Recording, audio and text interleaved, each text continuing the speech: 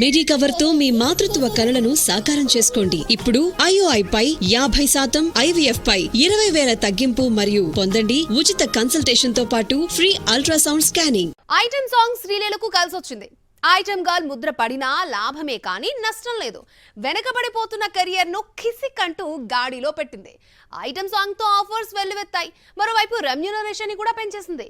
కిసిక్ అంటూ శ్రీలీల కన్ను కొట్టి తన పారితోషికాన్ని ఎంత పెంచుకుందో చూసేద్దాం.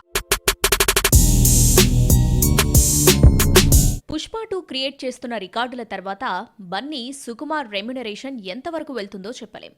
పుష్ప 2 కోసం 300 కోట్లు తీసుకున్నాడని ఫోర్బ్స్ మ్యాగజైన్ ప్రకటించింది. హీరో, డైరెక్టర్ పారితోషికం ఏ రేంజ్కు వెళ్తుందో చెప్పలేకపోయినా ఐటమ్ గర్ల్ మాత్రం రెమ్యునరేషన్ ని పెంచేసింది. Item song Kissik Sreeleela career ను మార్చేసింది. ఏకంగా 5-6 ఆఫర్స్ తీసుకొచ్చింది. వచ్చే ఏడాది ఏ సినిమా రిలీజ్ అయినా అందులో ఈ అమ్మడు ఉండాల్సిందే అన్నట్టుగా కెరీర్ మారిపోయింది. కిసిక్ అంటే అంటావా మామ పెద్ద హిట్ అయినా సమాంతకు రాని క్రేజ్ శ్రీలీలకు రావడంతో ఆఫర్స్ తో బిజీ అయిపోయింది. 2 ఏళ్లుగా వరుస ఫ్లాప్ల తర్వాత శ్రీలీల ఆఫర్స్ కు దూరమైంది. కిసిక్ తో మరోసారి బిజీ అయిపోయింది.